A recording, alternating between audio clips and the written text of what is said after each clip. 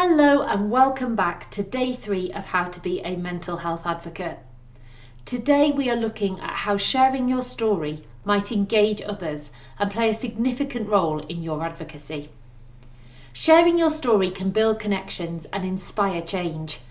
We've heard from people over the past couple of days who are talking openly about mental health challenges as a way to fight stigma. Mental health struggles can bring a lot of shame. And shame's really hard to talk about and can lead us to go silent, lie or hide away. But when stories are told in safe places, then shame doesn't have that power over us anymore.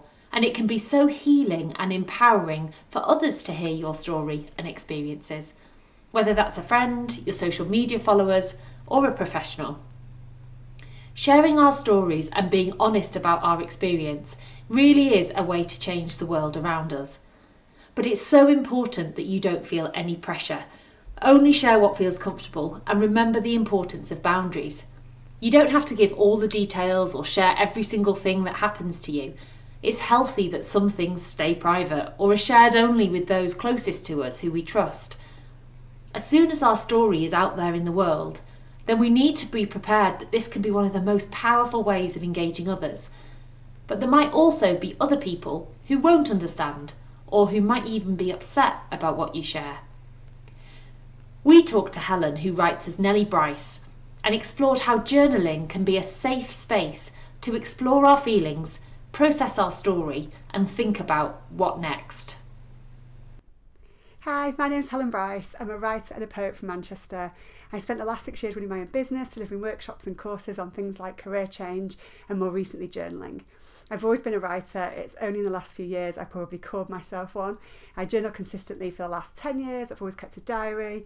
I published my first book of poetry earlier this year and I now make my living from writing. Sometimes this is producing content for websites and small businesses.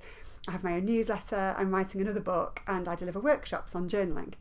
I'm really passionate about the benefits of journaling, and there are so many, from understanding yourself better. There's a Stephen King quote that says, "I write to find out what I think," and that really resonates with me. There's the creativity. You don't necessarily have to want to write a novel. There's so much space and opportunity for creativity in a blank notebook. It can be great for self-development and growth because it provides a place to set and track your goals and reflect on your progress, get organised. Zadie Smith writes, "The very reason I write is so that I might not sleepwalk through my entire life." Writing for me is also a really meditative practice.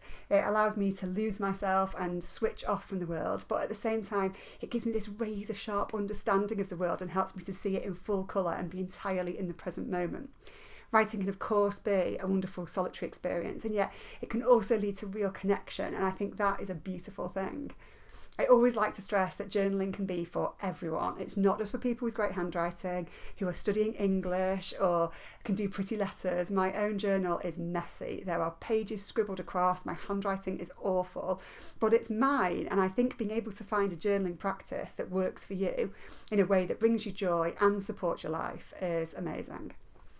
Over the last 10 years, journaling has definitely supported my mental health. Having a place to vent on the page, to reflect on experiences, both good and bad, a safe place to collect my thoughts, so helpful.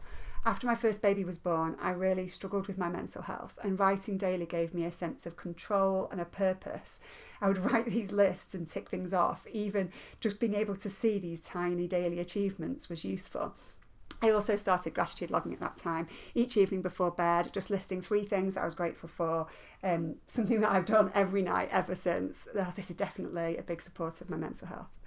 I was also able to try and make sense of what was going on in my life at that time and then talk to others about what was happening. Reading back your own words, I think, can really help you to articulate how you're feeling. I wasn't getting much sleep.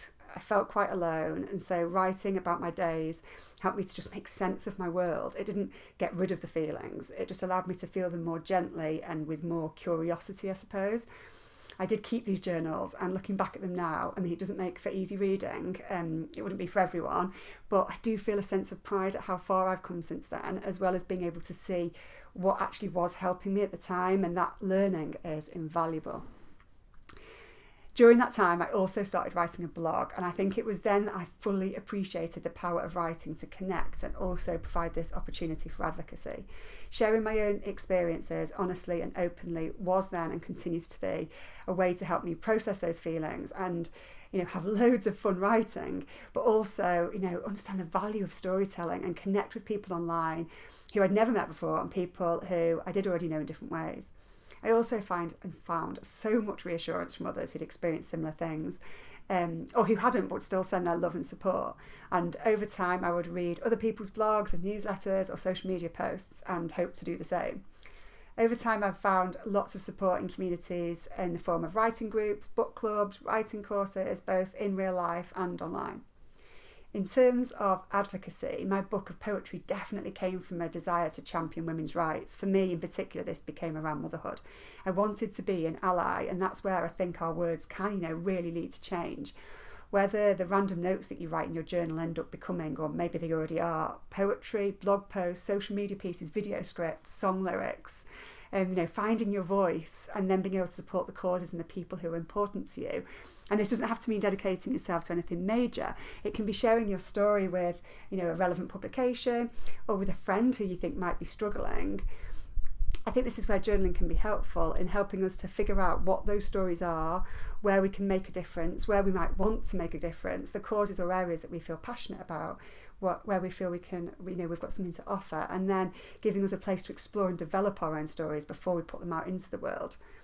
One thing I think is so beneficial about journaling is that unlike social media, where we might feel immediately vulnerable or we can't help but present ourselves to the world in a way that might not be fully authentic, even if we fully intend it to be, your own notebook is this entirely private place purely for you, unless you choose it not to be, which I think can feel like a bit of a relief.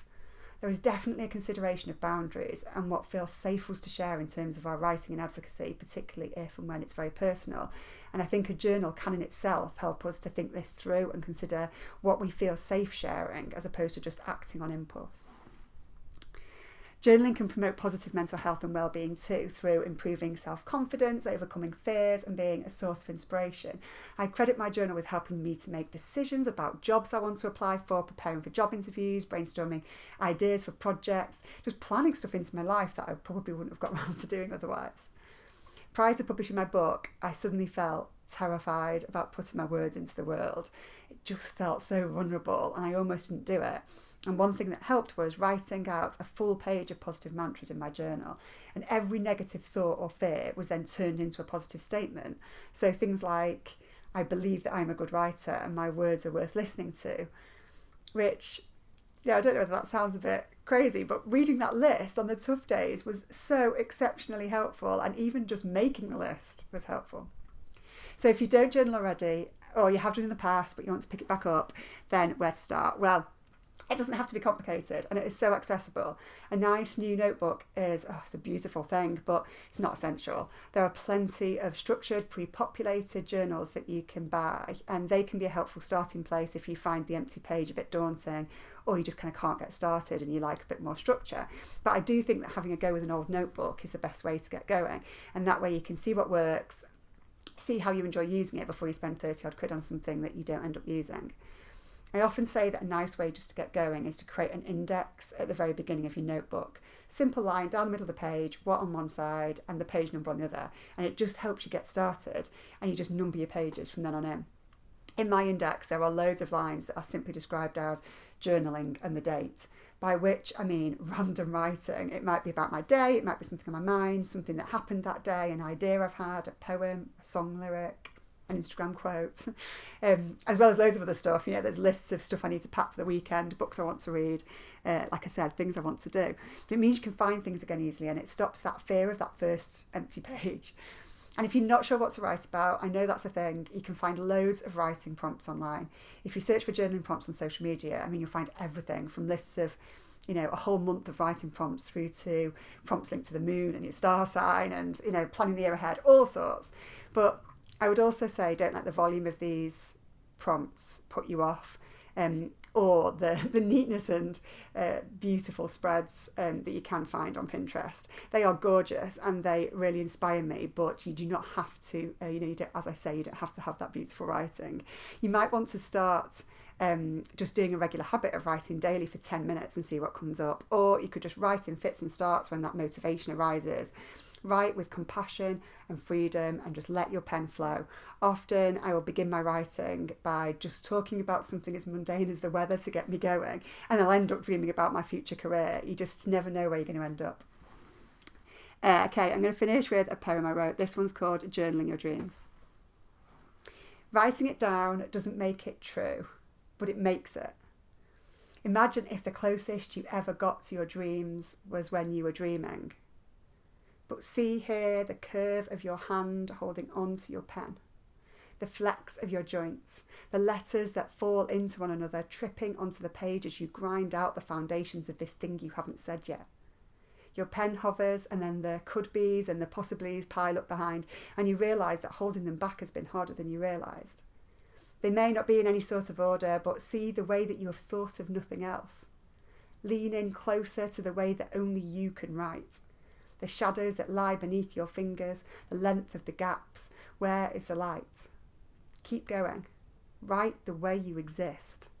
Isn't it something to hold a page in both hands and say, see, I made this? To say, watch, I will build this.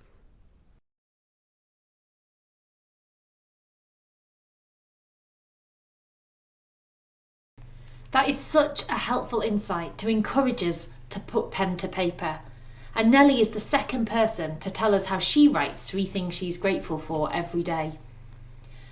We're now going to return to Ella, the head teacher we met yesterday from Chapel Street, who shares some of her personal journey with us and reflects on the impact that this has had on those around her.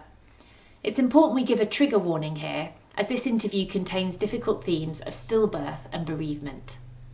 I think sharing stories is a hugely powerful way of advocating for positive mental health and well-being. I think it's really important that, as with anything with mental health and well-being, everything is accepted and okay. So some people can and feel able to share their stories and talk about things, and some people don't, and that's okay. I have had experiences of people speaking to me in the past to say, well, I do have this story and I see other people sharing it and I feel like I therefore should share mine, or there's shame for me that I'm not sharing my story. And I think it's really important that there isn't that shame associated with it. We're all different, we've all got different experiences, we're on different journeys, and just because one person is sharing a story doesn't mean you have to share yours. But the more people who can feel able to, whether that is just one-on-one with a very, very trusted friend or on a more public platform, the more that people who do feel able to, without that having a detrimental impact to themselves, the more likely it is we're going to start to break down the stigmas that exist that make it harder and shameful for other people to feel they can share. So I think it is really, really important. And a personal experience for me that I don't mind sharing is that in 2014 I had a stillbirth. So my first little boy died at 39 weeks before he was born. And that wasn't something I'd ever heard anybody talking about ever, and had a huge impact on my sort of positive mental health and well-being and how I felt and just my entire outlook on life. And when I did start sharing that story with people, I couldn't believe how many others had had the same or very similar experiences, who, if I hadn't raised it, I would never have known. And there was this whole community of people that existed who were already known to me, loved by me. You know, I had great relationships with those people. I just didn't know that those things existed in their lives. And we were then able to share that. So something I have done as the head teacher of the school is share that part of my journey with the whole staff. So we had a staff meeting where I'd worked at the school as the deputy head for a number of years. I became the head teacher. And as part of my first staff meeting with them, where I was kind of saying, welcome, you know me, but you don't know me as the head, and this is who I am and what's important to me and what's shaped how I've got to where I am and how I am the way I am. I talked to them about my experience of Arthur dying and what I went through and the impact that had on my outlook. And it was really powerful, I think. It was really empowering for me. It felt great that I could be more of my authentic self. and that people knew that about me, but it also meant that other staff then opened up to me about things that they wouldn't necessarily have shared previously. But I think it was important for me as the most senior leader in school to show that I'm a person, I've got a human side, I'm not invincible, there are things that impact me. It's also meant that, for example, when we've had bereavements at school, I've been able to say to staff, this is where I'm going to need to put my boundary to keep me safe. So we had a member of staff who died very suddenly, and I was able to support the staff through that, but look after myself within it and say, okay, we're going to organise this event for people to come together. I'm not going to be able to speak at that event because this is triggering for my personal grief. The deputy's going to speak on my behalf at the start. And it just meant the staff could understand. They showed me a lot of care that I was able to accept and was really healing for me, rather than just either, as the head teacher, I have to do that. I'm the head, I have to present at this event, which would have been very traumatic for me. It would have triggered lots of things that I would have suppressed, and it would have been detrimental to me, which isn't okay. Or me just not being there, and then all of those people that are looking to me in that moment for some stability to be like, well, where is she? She's just absent. It meant everybody could say, oh, Ella's not here today because this is going to be really upsetting for her. She's taking some time to think about her son who died. And in different ways, I expressed my, grief and feelings around that member of staff. So in sharing that story, it's opened up lots and lots of different doors at different times that have been helpful for me and for other people. A big thank you to Ella for all she's contributed and for showing such vulnerability in her leadership. There are lots of different creative ways we can process our story and share it with others. One person facilitating this work is Catherine Chapman. She's a photographer who describes her own journey of using photography to gain insight and understand herself and her mental health in new ways. From this depth of self-awareness, Catherine has carved out a career supporting other women and their mental health. In the video, she describes that everything I do now has come from what I did for myself, highlighting that point from yesterday of the importance of starting with yourself first. Let's hear more and see some of Catherine's amazing work. Hello, my name is Catherine Chapman. I'm a portrait and self-portrait photographer based near London, just outside London in Surrey in the UK. I also am a creator of an online photographic gallery, and I am a very passionate felt sense advocate. I'll explain a little bit more about what I mean by that in a minute. I really believe in the power of all art, particularly photography because that's my medium, but the power of all art to help us with our mental health and well-being. And for me, it's all about just slowing down, noticing more, and allowing the art that's all around us to speak to us and help us notice what we need and what might change as a result. So my work is basically divided into 4 kind of broad sections. Firstly is photography, so I do 3 shoots. One is called face to face, one is called a freedom shoot, and I do branding as well. But all of them are really tied up in this sense of what can we learn about ourselves from photographs of ourselves? What can we notice about ourselves that we might not have noticed before? And it's about reflecting back to my clients all the incredible things that they are that they can't see about themselves. So it's really positive way of helping people have full self-acceptance and also showing them that their own possibility and what they potentially might achieve. I also do quite a lot of self-portraiture as well, and that comes out of, well, that really started 4.5 years ago, when I'd finished, I think I was on my 25th, 26th year in and out of talking therapy. I was exhausted, very tired of talking, and wanted to face myself fully. So I'd had this idea in my head for a self-portrait shoot, and I wanted to look myself in the eye, express myself fully, and see what was there in the images, and to see, really just to kind of give myself an ultimatum, and is it as bad as it feels? And if not, then I'm just going to resign myself to feeling the way I do for the rest of my life. And it was the one thing that changed my life, actually, more than anything else. It did cure me of depression. I'm, completely recovered from depression. And it was quite astonishing. So that was the catalyst for all the work that I do now. The other things that I do that have really kind of come out of this journey of how incredible Portrait Share is for mental health and well-being is what I do, some one-to-one mentoring, mindfulness photography, and these things called gallery tours, where I take people into a London gallery and I show them how to notice themselves more. I also do, the fourth thing is I also do lots of like projects. If I have a bit of a bonkers idea, I'll just go with it and see what comes out of it and see if anyone else is interested in it. So I did something in lockdown called What Now? That is basically an invitation to notice what you're feeling now with everything that we learned during lockdown and before, and how you could remind yourself of what's important and represent that in a photograph to remind you moving forward. So I also do interviews. I did something called face-to-face conversations. I also do a lot of creative photography. So that's a lot about going with my gut. So a lot of what I do, everything I do now has come from what I did for myself 4.5 years ago.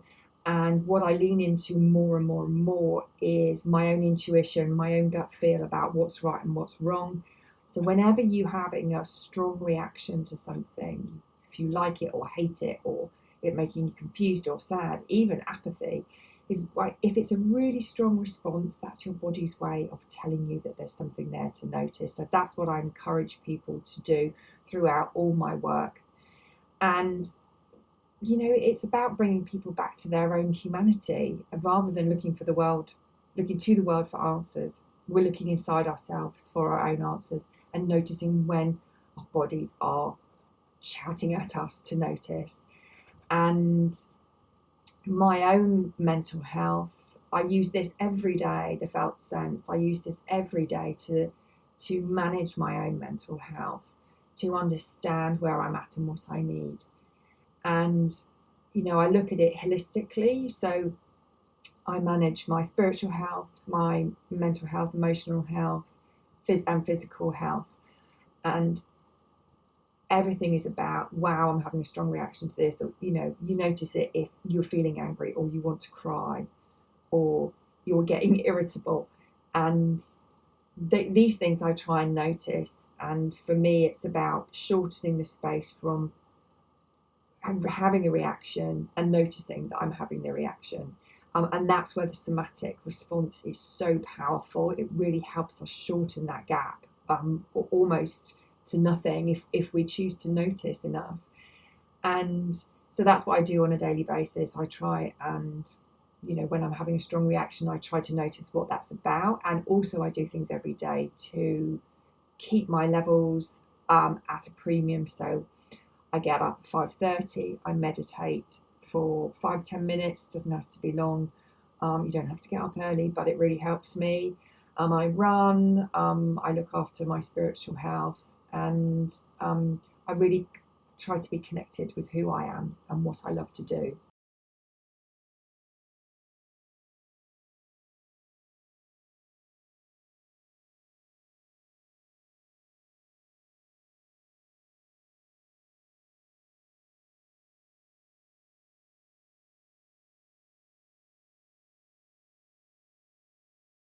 Please do share your responses to Catherine's work in the comments.